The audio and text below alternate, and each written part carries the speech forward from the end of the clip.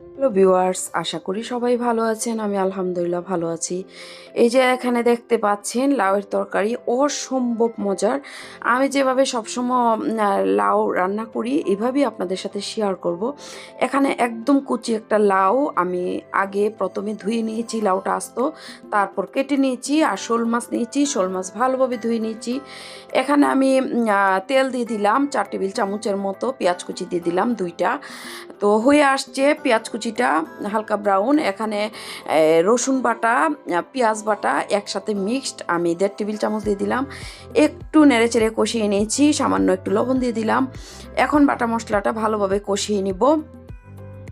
তো কষানো হয়ে গেছে। এখন আমি 1 চা চামচ, চায়ের চামচ দিয়ে ধনিয়ার গুঁড়া দিয়ে দিলাম।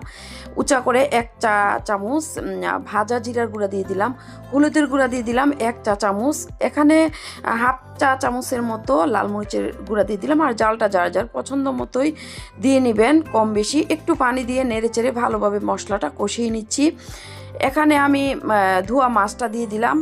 তো আমি শোল মাছ দিয়ে রান্না করেছি, আপনারা চাইলে চিংড়ি মাছ, রুই মাছ সব ধরনের মাছই দিয়ে রান্না করতে পারবেন। আর লাউ তো শরীরের জন্য এমনি তো খুবই ভালো, একদমই নরম একটা সবজি। তো আমি মাছটা ভালোভাবে কষিয়ে নিয়েছি। এই যে দেখতেই পাচ্ছেন খুব সুন্দর কিন্তু কষানো হয়ে গেছে। তো এখন একটা বাটির মধ্যে তুলে নিলাম। আমি এখন লাউটা দিয়ে দিলাম। আর লাউ সবসময় ধুয়ে তারপরে কাটার চেষ্টা করবেন, তাহলে লাউয়ের যে একটা কোষ থাকে এটা একদমই যাবে না, আর ভিটামিনটা নষ্ট হবে না। আমি সবসময় লাউ ধুয়েই রান্না করি। আর এত কুচি লাউটা একদমই মিশে যাবে। তো এখন ঢেকে দিলাম। আমি 5-7 মিনিট পর ফিরে আসলাম। এখন লাউটা আমি নেড়ে দিব।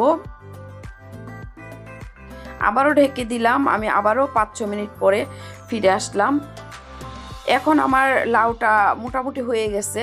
এখন মাছটা দিয়ে দিলাম। আর মাছটা আমি একটু ভাঙ্গা করে নিয়েছি, মাঝখান থেকে একটু ভেঙে দিয়েছি মাছটা।